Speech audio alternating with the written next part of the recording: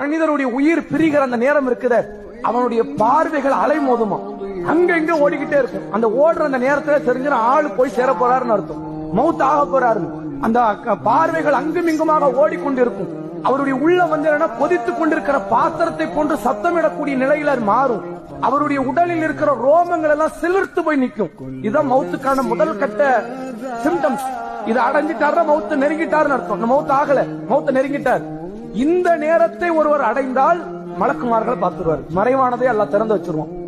இத்தனை ஆண்டுகள் நம்ம கூட இருந்த மலக்குமார்களை எல்லாம் பார்க்கிற ஒரு சூழ்நிலைக்கு அல்ல பார்வைகளை திறந்து வைத்து விடுவான். பார்வை கூர்மையாயிரும், எல்லாத்தையும் பார்க்கலாங்கிற ஒரு சூழ்நிலைக்கு வந்துடும். அவர் துன்யாவையும் பார்ப்பாரு, ஆக்கிரத்தையும் பார்ப்பார் ஒரே நேரத்துல. துன்யாவில பக்கத்துல மனைவி இருக்கும், தாய் இருக்கும், தந்தை இருக்கும், பிள்ளைங்க இருக்கும், சுற்று வட்டாரம் எல்லாரும் இருக்கும். எல்லாம் பேசுறது காதல் விழும். இவரால ரியாக்ஷன் கொடுக்க முடியாது. இங்க வானவர்கள் பார்த்துருவார். இங்க பார்த்தது இங்க சொல்லவும் முடியாது. அவர் அல்லாஹ் கிட்ட பாவ மன்னிப்பு கேட்கவும்